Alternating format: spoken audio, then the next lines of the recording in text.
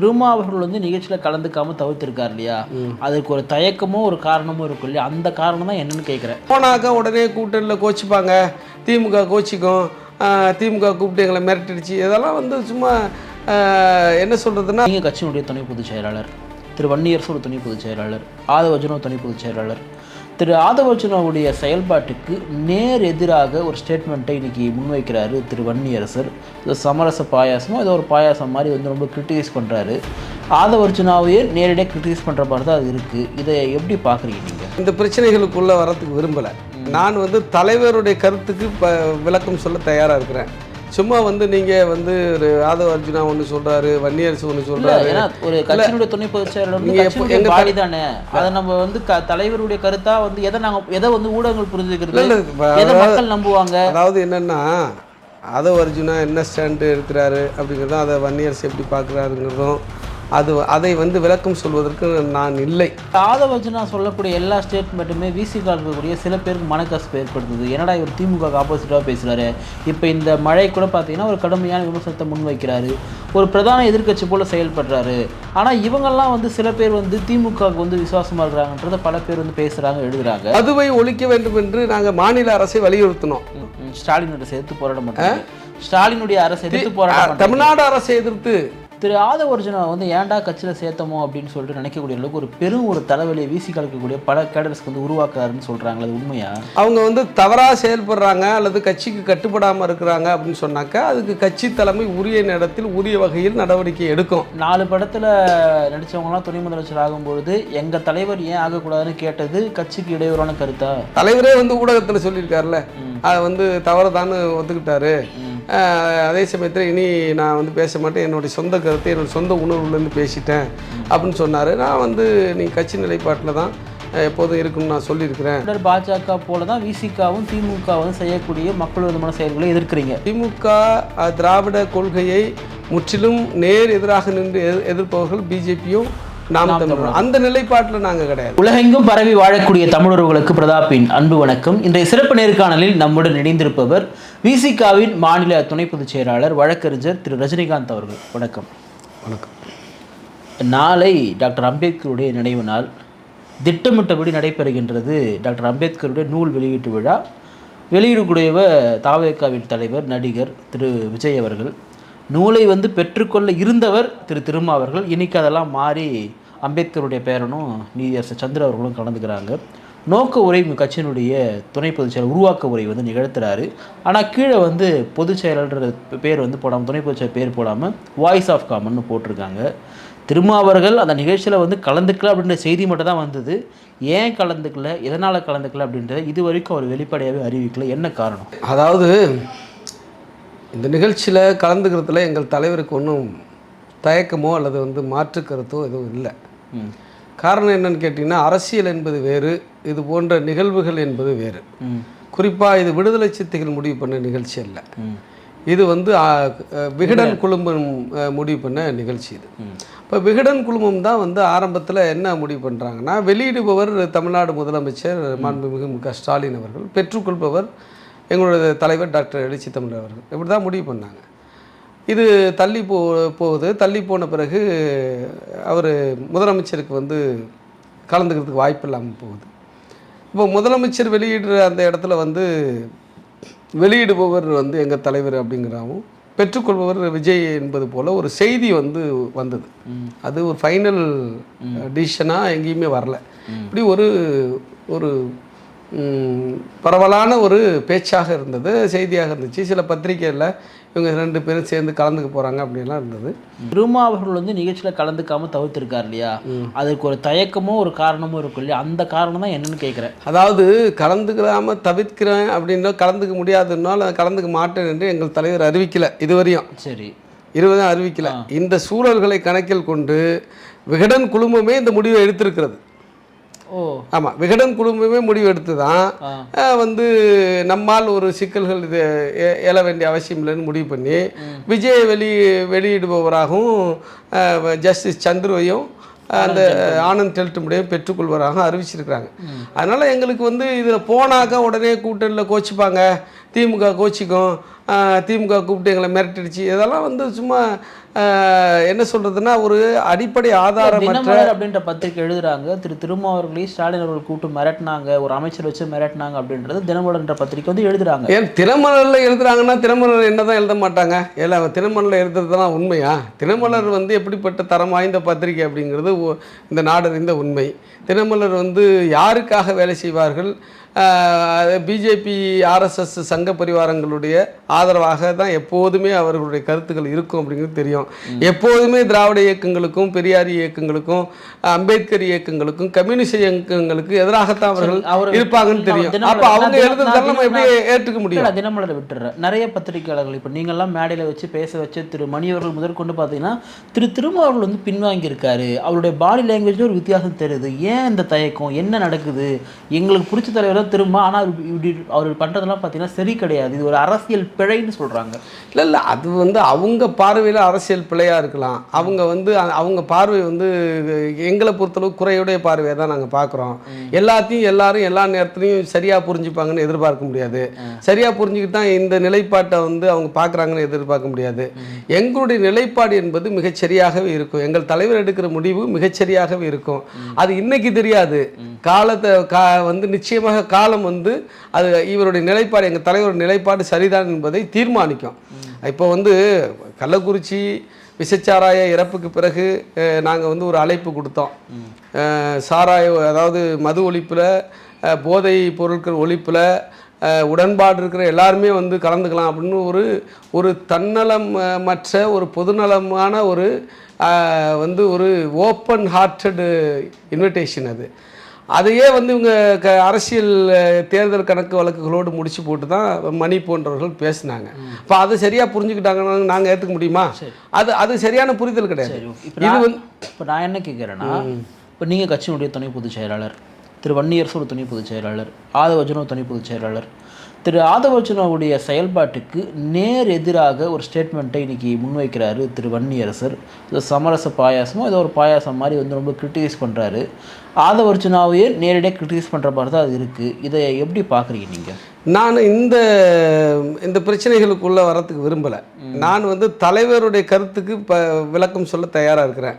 சும்மா வந்து நீங்கள் வந்து ஒரு ஆதவர்ஜுனா ஒன்று சொல்கிறாரு, வன்னியரசு ஒன்று சொல்கிறாரு. ஒரு கட்சியினுடைய துணை பொதுச் செயலாளர் பாடி தானே, அதை நம்ம வந்து தலைவருடைய கருத்தாக வந்து எதை வந்து ஊடகங்கள் புரிஞ்சுக்கிறது, எதை மக்கள் நம்புவாங்க? அதாவது என்னென்னா, ஆதவர்ஜுனா என்ன ஸ்டாண்டு எடுக்கிறாரு அப்படிங்கிறதும், அதை வன்னியரசு எப்படி பார்க்குறாருங்கிறதும் அதை வந்து விளக்கம் சொல்வதற்கு நான் இல்லை. நான் அவர்களுடைய யாருடைய வந்து பல பிரிவுகள் இருக்குன்றது அப்படி கிடையாது. ஒரே பிரிவு தலைவர் தான் எங்களுக்கு. இதை வந்து தலைவர் என்ன மிக தெளிவாக தலைவர் பல முறை சொல்லியிருக்கார். நானும் பல முறை உங்கள்கிட்டே கூட பேசியிருக்கிறேன். எங்கள் தலைவர் எடுப்பது தான் முடிவு, எங்கள் தலைவர் அறிவிப்பது தான் வந்து நிலைப்பாடு. அதுக்கு இந்த நிலைப்பாடு தலைவர் இப்படி எடுத்திருக்காரு, இந்த அறிவிப்பு சொல்லியிருக்காரு, உங்கள் கருத்து என்னன்னு கேட்டால் நான் சொல்லுவேன். இப்போ எங்கள் கட்சிக்குள்ளே வந்து ஒரு எக்ஸ்ட்ரீமாக ஜனநாயகம் கொண்ட ஒரு கட்சி இது. எல்லாருக்கும் ஜனநாயகம் உண்டு, இதில் கருத்து சுதந்திரம் உண்டு. யார் வேணுமாலும் என்ன கருத்தை வந்து பேசினாலும் வந்து அடிப்படையில் கட்சிக்கு மிக எதிராக போயிடக்கூடாது, அவ்வளோதான். அதையும் எங்கள் தலைவர் சரி பண்ணுவார். இப்படிப்பட்ட கருத்து மோதல்கள் ஏற்படுவது எல்லா கட்சியிலும் இயற்கை தான். எங்கள் கட்சியில் வந்து ஏற்படுவது ஒரு பெரிய வெளியில் வந்து இன்னைக்கு பேசுபடு பொருளாக மாறுகிறது. இதுக்கெல்லாம் கருத்து சொல்ல முடியாது. இல்லை, திரு ஆதவர்ஜுனா சொல்லக்கூடிய எல்லா ஸ்டேட்மெண்ட்டுமே விசிகா இருக்கக்கூடிய சில பேருக்கு மனக்கசப்பு ஏற்படுத்துது. என்னடா இவர் திமுக ஆப்போசிட்டாக பேசுகிறாரு. இப்போ இந்த மழை கூட பார்த்தீங்கன்னா ஒரு கடுமையான விமர்சனத்தை முன்வைக்கிறாரு, ஒரு பிரதான எதிர்க்கட்சி போல் செயல்படுறாரு. ஆனால் இவங்கெல்லாம் வந்து சில பேர் வந்து திமுகவுக்கு வந்து விசுவாசமாக இருக்கிறாங்கன்றத பல பேர் வந்து பேசுகிறாங்க, எழுதுகிறாங்க. நான் என்னவா கேட்க விரும்புகிறேன்னா, கட்சிக்குள்ள இருக்கக்கூடியவங்க செயல்படுறதே வந்து கட்சிக்குள்ளே குழப்பறதுன்றது பரவாயில்ல, திமுக மனசு புண்படாமல் இருக்கணும், இல்லை திமுக சேதமாயிடுமான்றது தான் பாதுகாக்கிறாங்க அப்படின்றது பல பேர் முன்வைக்கிறாங்க. இது கட்சியில் இருக்கக்கூடிய எம்எல்ஏவாக இருக்கலாம், எம்பியாக இருக்கலாம், மெயின் பாடி எல்லாருமே வந்து திமுக எதுவும் ஆகாமல் பார்த்துக்கணும் அப்படின்றதெல்லாம் குறியாக இருக்காங்கன்றது சொல்கிறாங்க. இல்லை, நான் என்ன கேட்குறேன், இப்போ வந்து இது என்னது வேங்கவேல் பிரச்சனை இருந்துச்சு. 3 கட்ட போராட்டத்தை நாங்கள் நடத்தினோம். அப்போ யார் ஆட்சியில் இருந்தா? திமுக தான். அதே போல் வந்து கனியமூர் அந்த ஸ்ரீமதி குழந்தை இறந்துச்சு. அதுக்கு மிகப்பெரிய போராட்டத்தை விடுதலை சித்தைகள் நடத்தி எங்கள் தலைவர் நேரடியாக போய் கலந்துக்கிட்டாரு. அப்போ யார் ஆட்சி நடந்தது? யார் ஆட்சி நடந்தது சொல்லுங்க. அதெல்லாம் திமுக சொல்லுங்க. இல்லனா அது இருங்க, நான் சொல்லிடுறேன். மது ஒழிப்பு போராட்டம் நடத்தும் பொழுது கலந்துக்கிறதும் திமுக தான். ஒரே முரணா இருக்கு. இதை கேளுங்க, திமுக தானே மதுவை ஒழிக்க வேண்டும் என்று நாங்கள் மாநில அரசை வலியுறுத்தினோம், சரிதானா? மாநில அரசை வலியுறுத்தணும். அப்ப யார் ஆட்சி நடக்குது? திமுக தான். திமுக ஆட்சி தான் நடக்குது. அப்ப நாங்க யாரை எதிர்த்து போராட்டம் பண்றோம்? ஸ்டாலின் அரசை எதிர்த்து போராட்டம் பண்றோம். ஸ்டாலினுடைய அரசை எதிர்த்து போராட்டம், தமிழ்நாடு அரசை எதிர்த்து, திமுக தலைமையில் இருக்கிற அரசை எதிர்த்து நாங்கள் வந்து போராட்டம் பண்றோம். எங்க நிலைப்பாடை பொறுத்தளவுக்கு எப்போதும் யாருக்கும் போனா வச்சா குடுமி அடிச்சா சரைச்சா மொட்டைன்னு இருக்கிற ஆட்கள் நாங்க கிடையாது, சரிதானா? அரசு மக்களுக்கு நன்மை செய்தால், நல்ல திட்டங்களை கொண்டு வந்தால் அதை நாங்கள் பாராட்ட தவறுவது இல்லை. அதே அரசு மக்களுக்கு எதிராக இருந்தால், எதிரான நிலைப்பாட்டை எடுத்தால் அதை கண்டிக்காமல் நாங்கள் இல்லை. நாங்கள் மிகச்சரியான ஒரு எதிர்கட்சியாக நாங்கள் செயல்பட்டு கொண்டிருக்கிறோம். கூட்டணியில் அங்கம் வகித்தால் கூட சரியான எதிர்கட்சி என்று விடுதலை சிறுத்தைகள் கட்சியும் தலைவர் டாக்டர் எழுச்சி தமிழரும் நாங்கள் அப்படி தான் நிலைப்பாடு எடுத்துக்கிட்டு இருக்கோம், செயல்பட்டுக்கிட்டு இருக்கிறோம். ஆகவே வந்து அவங்க கோச்சிப்பாங்கன்னு நாங்கள் எந்த முடிவும் கைவிட்டதில்லை, கோச்சிக்க கூடாது என்பதற்காக நாங்கள் எந்த நிலைப்பாட்டையும் மாற்றிக்கிட்டதில்லை. அவங்கள குஷிப்படுத்தணும், அவங்கள சந்தோஷப்படுத்தணும் என்பதற்காக நாங்கள் எந்த ஒரு செயலும் செஞ்சதில்லை. அப்படி நீங்கள் விடுதலை சிறுத்தைகள் பார்ப்பது என்பது உங்களுடைய குறைபார்வை தானே தவிர, விடுதலை சிறுத்தைகளை புரிந்து கொள்வதற்கு என்ன, எங்கள் தலைவரை புரிந்து கொள்வதற்கு ஒரு நாலேஜ் தேவைப்படுது. அந்த நாலேஜ், அந்த நுணுக்கமான பார்வை, அந்த அரசியல் அறிவு என்பது ரொம்ப முக்கியமானது. அதை கொண்டவர்களால் தான் விடுதலை சிறுத்தைகள் கட்சியை அந்த நிலைப்பாட்டையும் புரிந்து கொள்ள முடியும், எங்கள் தலைவருடைய நிலைப்பாட்டையும் அவருடைய வந்து செயல்பாட்டையும் புரிந்து கொள்ள முடியும். திரு ஆதவர்ஜுனா வந்து ஏன்டா கட்சியில் சேர்த்தமோ அப்படின்னு சொல்லிட்டு நினைக்கக்கூடிய அளவுக்கு ஒரு தலைவலியை வீசி கலக்கக்கூடிய பல கேடர்ஸ்க்கு வந்து உருவாக்குறாருன்னு சொல்கிறாங்களே, அது உண்மையா? அதாவது என்னென்னா, ஒரு கட்சி, ஒரு வெகுஜன கட்சி அப்படின்னு சொன்னாக்கா எல்லாரும் எல்லா நேரத்துலையும் சரியாக இருந்துருவாங்கன்னு சொல்ல முடியாது.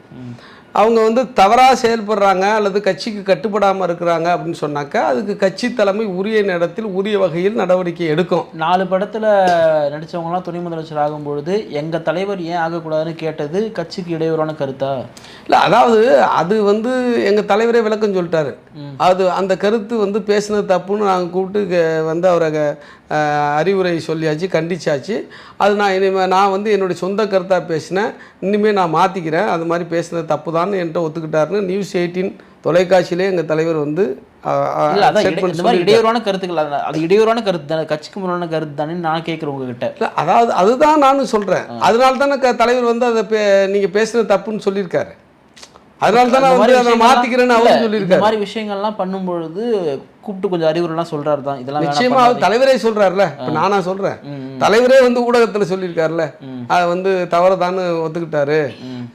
அதே சமயத்தில் இனி நான் வந்து பேச மாட்டேன், என்னுடைய சொந்த கருத்தை என்னோடய சொந்த உணர்வுலேருந்து பேசிட்டேன் அப்படின்னு சொன்னார். நான் வந்து நீ கட்சி நிலைப்பாட்டில் தான் எப்போதும் இருக்குன்னு நான் சொல்லியிருக்கிறேன், அதை நான் மாற்றிக்கிறேன்னு சொல்லியிருக்காரு அப்படின்னு எங்கள் தலைவரே சொல்லியிருக்காரு. நீங்கள் சொல்கிறத பார்த்தா இன்னைக்கு திரு விஜய் அவர்கள் கலந்து கொள்கிற நிகழ்ச்சியில் போய்ட்டு இவர் கலந்துக்கிறார் இல்லையா, இதுவுமே இன்னும் கொஞ்ச நாளில் ஒரு தவறான ஒரு முன்னுதாரணமாக மாறிடுமோ அப்படின்னு நான் கேட்குறேன். இல்லை, அவர் ஒரு நிறுவனம் வச்சுருக்காரு, வாய்ஸ் ஆஃப் காமன் சொல்லி ஒரு நிறுவனம் வச்சுருக்காரு. அந்த நிறுவனத்தை வந்து நாங்கள் கட்சி வந்து கட்டுப்படுத்தலை. அந்த நிறுவனம் வந்து அவருடைய சொந்த நிறுவனம், அவர் விருப்பத்துக்கு செயல்பட்டுக்கிட்டு இருக்கிறாரு. அந்த நிறுவனத்தின் அடிப்படையில் தான் அவர் கலந்துக்கிறாரு. அவருக்கு அந்த இன்விடேஷனில் பாருங்கள், துணை போய் சேரணும் இல்லை, விசிகா துணை போய் சேரணும் கிடையாது, வாய்ஸ் ஆஃப் காமன் தான் போட்டு அவர் கலந்துக்கிறாரு. அப்போ அது அந்த ஒரு உரிமையில் போய் நாம் வந்து அவருக்கு இருக்கிற அந்த உரிமையில் நாம் போய் தலையிட முடியாது. அவர் கட்சியின் துணை பொதுச் செயலாளராக செயல்படும் போது தான் நாங்கள் தலையிட முடியுமே தவிர, அவருடைய எல்லா தனிப்பட்ட பிஸ்னஸ்ஸு அல்லது வந்து அவருடைய வந்து மற்ற ஆக்டிவிட்டீஸில் நாங்கள் எங்களுடைய நிலைப்பாட்டை அவர்கிட்ட திணிக்க முடியாது. இப்போ திரு வேல்முருகனும் உங்கள் கூட திமுக கூட்டணியில் தான் இருக்கார். ஆனால் அவர் சமீப காலத்தில் பல மேடைகளில் பார்த்தீங்கன்னா குறிப்பாக திமுக அரசை கார்னர் பண்ணி, இங்கே இருக்கக்கூடிய காவல்துறையை கார்னர் பண்ணி திட்டமிட்டு நீங்கள் வந்து எங்களுக்கு எதிராக செயல்படுறீங்க, எங்கள் சமூகத்துக்கு எதிராக செயல்படுறீங்க, எங்கள் கட்சிக்கு எதிராக செயல்படுறீங்க அப்படின்ற ஒரு ஸ்டேட்மெண்ட்டை கார்னர் பண்ணி வைக்கிறாரு. ஆனால் திரு திருமாவர்கள் வந்து அந்த மாதிரி ஸ்டேட்மெண்ட்டை வைக்க மாட்டார் அப்படி விமர்சனம் இருக்குது. திரு வேல்முருகன் போல திருமாவர்கள் ஏன் வந்து தலித் மக்களுடைய ஸ்டாண்ட் எடுத்து பேச மாட்டார், இந்த அரசு எங்கள் மக்களுக்கு எதிராக இந்த விஷயத்தில் இருக்கீங்க அப்படின்றத ஏன் சுட்டி காட்ட மாட்டேங்கிறது பல பேர் கேட்குறாங்க. அப்படியெல்லாம் கிடையாது. நான் தான் சொல்கிறேன்ல, தலித் மக்கள் பிரச்சனை மட்டுமல்ல, வந்து தமிழ்நாட்டினுடைய பிரச்சனைகளில், தமிழ்நாட்டு மக்களுடைய நலனில் வந்து அக்கறை எந்த வகையில் வந்து அரசு செயல்படுவதோ அந்த வகையில் நாங்கள் வந்து அதை எதிர்ப்பதா அல்லது வந்து அதை ஆதரிப்பதா என்பது அந்த நிலைப்பாட்டிலிருந்து தான் நாங்கள் எடுக்கிறோம். நாங்கள் எல்லாத்துக்கும் வந்து அவரை மாதிரியே செயல்படணும்னு என்ன அவசியம் இருக்குது? இப்போ வந்து எங்கள் தலைவருடைய ஸ்டைல் வந்து வேறு மாதிரி இருக்குது, அவருடைய ஸ்டைல் வேறு மாதிரி இருக்குது. அது மாதிரி வந்து கட்சியில் இருக்கிற ஒவ்வொருத்தரும் வேறு மாதிரி ஸ்டைலில் வந்து பேசுவாங்க, தங்களுடைய கருத்துக்களை வெளிப்படுத்துவாங்க, எதிர்ப்பை பதிவு பண்ணுவாங்க. நாங்கள் கிட்டத்தட்ட 2021 திமுக ஆட்சிக்கு வந்த பிறகு அதிகமான போராட்டங்களை அரசை எதிர்த்து காவல்துறையை எதிர்த்து செஞ்சிருக்கிற கட்சி அதிமுக இல்லை, பிஜேபி இல்லை, நாம் தமிழர் இல்லை, விசிகா தான். அப்போ நாங்கள் அப்போ அரசை எதிர்க்கலையா? இல்லை சொல்லி முடிச்சிட, இதை கம்ப்ளீட் பண்ண விடுங்க. அப்போ விசிகா வந்து அரசை எதிர்க்கலையா? திமுகவை எதிர்க்கலையா? எதிர்க்க வேண்டிய சூழல்கள் எதிர்க்கத்தான் செய்கிறோம், ஆதரிக்க வேண்டிய நிலைகளை ஆதரிக்கத்தான் செய்கிறோம். ஆகவே வந்து இவங்களை போல நீங்கள் இல்லை என்ற கேள்வி என்பது சரியானதாக இருக்க முடியாது. நாம் தமிழர் பாஜக போல தான் விசிகாவும் திமுகவும் செய்யக்கூடிய மக்கள் விரோதமான செயல்களை எதிர்க்கிறீங்க. இல்லை, அவங்களுடைய எதிர்ப்பு என்பது வேறு, எங்களுடைய எதிர்ப்பு என்பது வேறு. அவங்க எதுக்கு எடுத்தாலும் வந்து ஒரு சின்ன விஷயத்தை கூட பெருசாக மாற்றி ஒரு மிகப்பெரிய ஒரு எதிர்ப்பை பதிவு பண்ணுவாங்க. ஒரு எதிர்கட்சி அப்படி தானே பண்ணுவாங்க. இல்லை, அது எதிர்கட்சியாக அவங்க பார்க்குறாங்களா எதிரி கட்சியாக பார்க்குறாங்களாங்கிறது வேற. அவங்கெல்லாம் எதிரி கட்சியாக பார்க்குறவங்க. அவங்களுடைய கொள்கை கூட்டணியில் இருக்கிறவங்க அப்படி தான் இருப்பாங்க. இல்லைங்க, அதாவது என்னென்னா திமுக திராவிட கொள்கையை முற்றிலும் நேர் எதிராக நின்று எதிர்ப்பவர்கள் பிஜேபியும் நாம் தமிழரும். அந்த நிலைப்பாட்டில் நாங்கள் கிடையாது. எங்களை பொறுத்தளவுக்கு திராவிட கொள்கையில் உடன்பாடு இருக்கிறது. நான் சொல்லிடுறேன், சொல்லவே இல்லை. நான் இல்லை, நான் விளக்கம் சொல்லக்கூடாதா? இல்லை, நான் விளக்கம் சொல்லக்கூடாதா? சொல்லுங்க. நான் அந்த கேள்வி நான் விளக்கம் சொல்றேங்க. நீங்க கேட்ட கேள்வியோட எனக்கு தெரியுங்க. நான் விளக்கம் சொல்றேன். நாங்கள் திராவிட கொள்கையில் உடன்பாடு கொண்டவர்கள். அரசினுடைய நிலைப்பாட்டில் தான் நாங்கள் வந்து வேறுபட்டு அதில் வந்து எதிர்ப்புமே தவிர பிஜேபி பார்வையில் அல்லது நாம் தமிழர் பார்வை என்பது வேறு, எங்கள் பார்வை என்பது வேறு. இல்லை, மக்கள் விரோதமான செயல்களை திமுக அரசு செய்யும் பொழுது விசிகா எதிர்க்கிறீங்களான்றது நான் கேட்டேன். நான் அவங்கள மாதிரி நான் வந்து அதுக்கு விளக்கமாக சொல்லியிருக்கேன். நீங்கள் வந்து இதை ரெண்டோட விசிகாவும் சேர்த்து நீங்கள் கம்பேர் பண்ண தேவையில்லை. ஆனால் மக்கள் விரோதமான செயல்களை விசிகா எதிர்க்கிறீங்க. அதாவது அரசு மக்கள் விரோதமாக செயல்படுகிற பொழுது நிச்சயமாக விசிகா எதிர்க்கும். திமுக அரசு எந்த அரசாக இருந்தானா, திமுக இருந்தானா, அண்ணா திமுக இருந்தாலும், பிஜேபியாக இருந்தாலும், காங்கிரஸாக இருந்தாங்க. ஓகே, நிகழ்ச்சியில் பங்கேற்று பல்வேறு கருத்தில் பகிர்ந்தமைக்காக நன்றி.